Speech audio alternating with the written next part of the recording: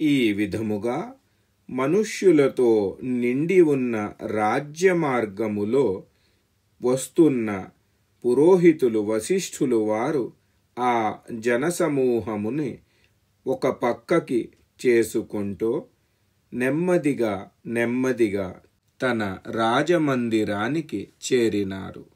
శ్వేత జలదఖండము సమానముగా సుశోభితముగా ఉన్న రాజమందిరము మీద నడిచి పైకి ఎక్కిన వశిష్ఠులు వారు రాజా దశరథునితో కలిసినారు.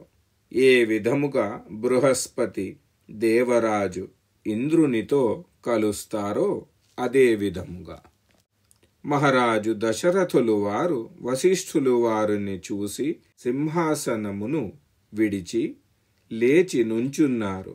వశిష్ఠులు వారిని ఈ విధముగా అడిగారు. హే ముని, మీరు నేను అడిగిన అభిప్రాయము సిద్ధము చేశారా? అప్పుడు వశిష్ఠులు వారు బదులు ఇచ్చారు. అవును, నేను అది పూర్తి చేసి వచ్చినాను. ఆ సమాచారము విన్న వెంటనే మహారాజుతో కూడా అన్య సభాసదులు అందరూ పురోహితులు వారికి ఆదరముగా వారి వారి ఆసనముల విడిచి నిలబడ్డారు.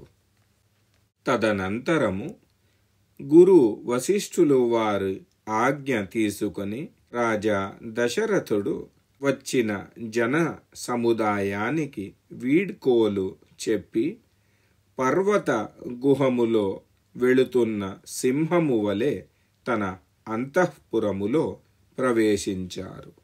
అందమైన వేషభూషల ధారణ చేసిన సుందరీమణులతో నిండి ఉన్న ఇంద్రసభ సమానముగా మనోహరముగా ఉన్న రాజభవనములో మహారాజు దశరథుడు శోభామానముగా ప్రవేశము చేసినారు.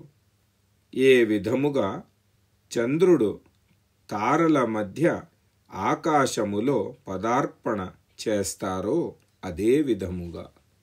హరి ఓం శ్రీ గురుభ్యో నమః. హరి ఓం.